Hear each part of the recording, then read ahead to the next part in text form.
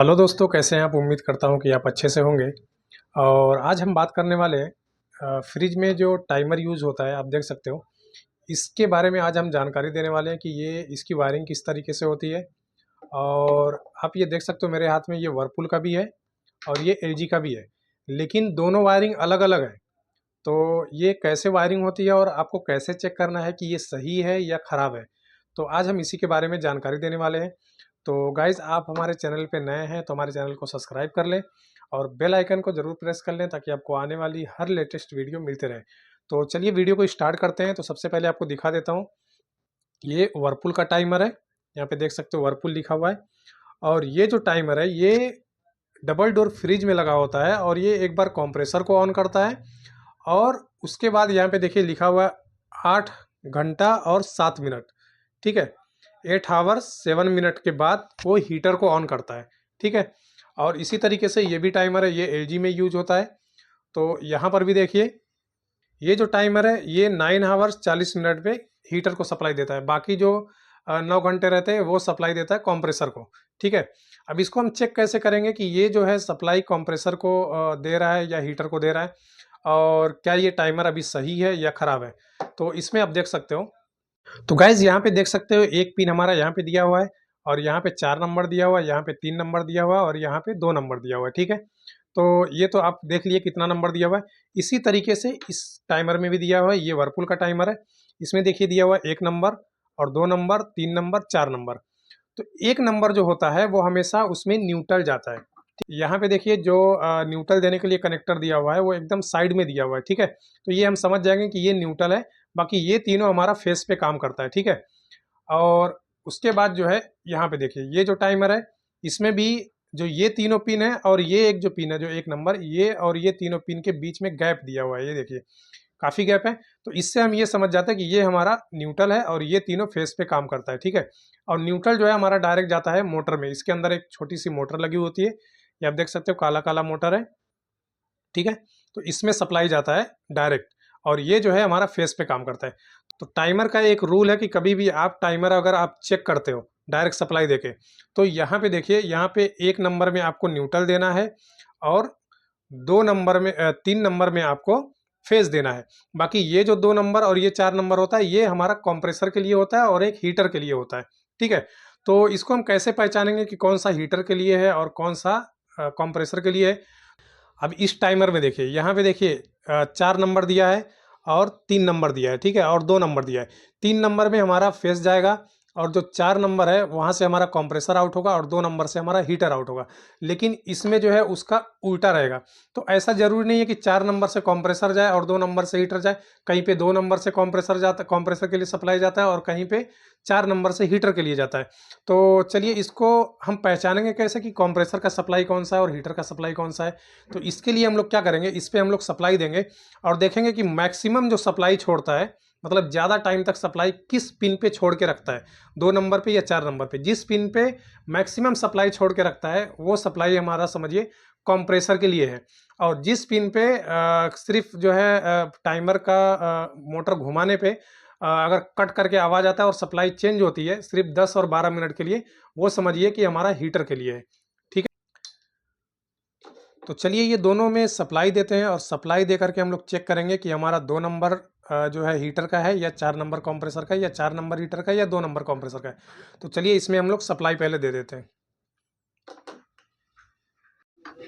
तो गाइज यहाँ पे देखिए अभी हम लोगों ने बोर्ड में सप्लाई लगा लिया है और इसको हम जो है ऑन करते हैं। ठीक है, और यहाँ पे टाइमर में भी हम लोगों ने सप्लाई लगा लिया है। ये देखिए ये टाइमर में भी सप्लाई लगा लिया है। 3 नंबर में हम लोगों ने फेज दे दिया है और 1 नंबर में हम लोगों ने न्यूट्रल दे दिया है। ठीक है, अब चलिए इसको हम ऑन करते हैं। ये देखिए ऑन हो गया और इसमें से आवाज़ भी आ रहा है और यहाँ पे देखिए हमारा मोटर भी चालू है, अंदर साइड में इधर घूम रहा है। ठीक है, अब इसको हम चेक करते हैं। यहाँ पे देखिए फेस आ रहा है, फेस आ रहा है। ठीक है, अब सप्लाई किस पे छोड़ के रखा है, यहाँ पे देखिए ये जो है हमारा 4 नंबर है। ठीक है, अब क्या करेंगे हम लोग, जो पीछे जो टाइमर लगे होते हैं, जो टाइमर का स्विच होता है, इसको हम लोग थोड़ा घुमाएंगे। ये देखिए घुमा दिया। अब इतना घुमाने के बाद भी अगर देखें कि सप्लाई किस पे है, तो यहाँ पे देखिए 4 नंबर पे ही हमारा सप्लाई दे रहा है। ठीक है, तो इसका मतलब ये हुआ कि जो 4 नंबर से जो सप्लाई जा रहा है वो हमारा कंप्रेसर के लिए, क्योंकि मैक्सिमम जो सप्लाई छोड़ के रखता है वो कंप्रेसर के लिए रहता है और 10-12 मिनट के लिए हीटर के लिए छोड़ता है, ठीक है। अब हम सप्लाई को चेंज कैसे करेंगे? अब यहाँ पे देखिए, अगर हम इसको और घुमा देते हैं,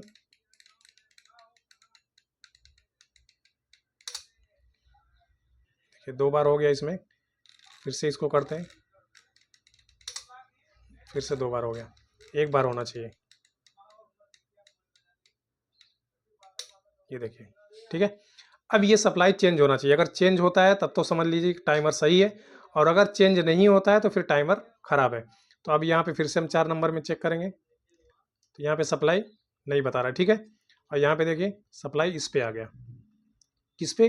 2 नंबर पे। इसका मतलब ये जो सप्लाई जा रहा है वो हीटर के लिए जा रहा है, और ये जो सप्लाई था 4 नंबर, ये हमारे कंप्रेसर के लिए था। अब इसको हम लोग एक बार और थोड़ा घुमा देते हैं, ये देखिए अभी ये सप्लाई फिर से वापस उस पे ही आ गया, ये देखिए कंप्रेसर का आ गया, और यहाँ पे देखिए सप्लाई बंद हो गया। तो जो 8 से 10 मिनट के लिए छोड़ता है वो हमारा हीटर का सप्लाई होता है, और जो मैक्सिमम छोड़ के रखता है, अब इसको घुमाते जाएंगे लेकिन हमारा सप्लाई इस पे ही रहेगा, जब तक यहाँ पे कट करके आवाज़ नहीं आएगा, जब तक ये सप्लाई चेंज नहीं होगा। यहाँ पे देखिए अभी हमारा कंप्रेसर का सप्लाई छोड़ के रखा है, ठीक है। तो गाइस कभी भी हमारा जो न्यूट्रल जाता है वो 1 नंबर में जाता है, और जो फेज जाता है वो 3 नंबर में जाता है। अब आपको हम वर्लपुल का दिखाते हैं, वर्लपुल का कैसा है। अब यहाँ पे एक चीज़ ध्यान दीजिएगा कि जो भी हमारा मैक्सिमम जो सप्लाई छोड़ रहा है वो 4 नंबर में छोड़ रहा है, इसका मतलब कि 4 नंबर का सप्लाई जो है वो कंप्रेसर के लिए जा रहा है, ठीक है। अब वर्लपुल में चेक करते हैं वहाँ पे कैसा है। तो चलिए इसको पहले बंद कर लेते हैं, ये देखिए बंद कर लिया, सप्लाई नहीं आ रहा है। अब इसको हम लोग निकाल लेते हैं, इसको साइड में रख देते हैं। अब इसको ले लेते हैं, अब यहाँ पर दे देते हैं 1 नंबर में न्यूट्रल और 3 नंबर में फेस। अब इसको कर देते हैं ऑन, ठीक है। अब यहाँ पे देखिए सप्लाई आ रहा है। तो अब देखिए इसमें भी हम लोगों ने सप्लाई दे दिया है, ठीक है। तो यहाँ पे देखिए, यहाँ पे 3 नंबर में हम लोगों ने फेस दे दिया है और 1 नंबर में न्यूट्रल दे दिया है। तो अब 3 नंबर में फेस आ रहा है, ठीक है। अब इसको भी हम यहाँ से घुमाएंगे, मैक्सिमम सप्लाई किस पे छोड़ के रखा है वो देखिए। तो यहाँ पे आप देखिए 2 नंबर पे सप्लाई नहीं है, 1 मिनट आपको दिखा देता हूँ। 2 नंबर पे सप्लाई नहीं आ रहा है, ठीक है। और ये 4 नंबर जो है इस पे सप्लाई है, ठीक है, 4 नंबर पे सप्लाई है। अब इसमें 4 नंबर का कंप्रेसर का है या 2 नंबर का कंप्रेसर का है, तो इसको चलिए एक बार घुमाते हैं, ये देखिए अभी ये सप्लाई आ गया 2 नंबर पे, ठीक है, और 4 नंबर वाला हमारा ख़त्म हो चुका है। अब इसको थोड़ा और घुमाते हैं, ये लीजिए और घुमा दिया, इसको और थोड़ा घुमा देते हैं और घुमा दिया। अब देखते हैं सप्लाई किस पे है, तो सप्लाई 2 नंबर पे। अब इसमें जो कंप्रेसर का सप्लाई है वो 2 नंबर से कंटिन्यू है, ठीक है, और 4 नंबर जो है ये हमारा हीटर का है। अब इससे पहले जो हम लोगों ने टाइमर चेक किया वो जो है वो 4 नंबर कंप्रेसर के लिए था और 2 नंबर हीटर के लिए था, और इसमें जो है 2 नंबर कंप्रेसर के लिए है और 4 नंबर हीटर के लिए, ठीक है। लेकिन ये चीज़ याद रखना है कि सप्लाई जो हमारा जाएगा वो 1 नंबर और 3 नंबर में ही जाएगा, और कभी कभी कोई कोई टाइमर में ऐसा भी होता है कि 3 नंबर इधर दे देता है और ये 1 नंबर यहाँ बीच में दे देता है, तो उससे कोई फ़र्क नहीं पड़ता। आप 3 नंबर पे यहाँ पे न्यूट्रल दे दीजिए और ये वाला 1 नंबर पे यहाँ पे फेस दे दीजिए। अगर ये फेस यहाँ पे दे देंगे तो नहीं चलेगा, चलेगा, और ये वाला न्यूट्रल यहाँ पे दे देंगे तो नहीं चलेगा, बिल्कुल चलेगा। तो इस तरीके से टाइमर की चेकिंग होती है कि टाइमर हमारा सही है या नहीं है, ठीक है। अब ये टाइमर मान लीजिए सप्लाई तो प्रॉपर तरीके से छोड़ रहा है, ठीक है, अब ये सही है कि नहीं है इसको हम कैसे चेक करेंगे। अब यहाँ पर देखिए, यहाँ पे हम लोग दे देंगे न्यूट्रल 1 नंबर में और 3 नंबर में हम लोग दे देंगे फेस, ठीक है। और उसके बाद हम लोग फेस और न्यूट्रल देने के बाद चालू करके हम लोग इसको छोड़ देते हैं, ठीक है। कम से कम 1 घंटा छोड़ दें या आधा घंटा छोड़ दें।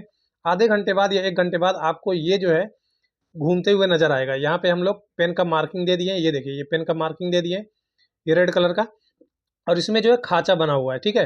तो ये जो है घूमेगा यहाँ से, ये खांचे के सामने से ऑटोमेटिक ये हट जाएगा, मतलब आगे की तरफ चले जाएगा।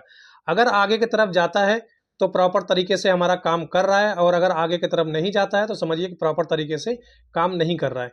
तो गाइज आज के लिए बस इतना ही। अगर वीडियो पसंद आया हो तो वीडियो को लाइक कर दें, और अगर आप हमारे चैनल पर नए हैं तो हमारे चैनल को सब्सक्राइब कर लें और बेल आइकन को जरूर प्रेस कर लें ताकि आपको आने वाली हर लेटेस्ट वीडियो मिलते रहे। वीडियो देखने के लिए बहुत बहुत शुक्रिया।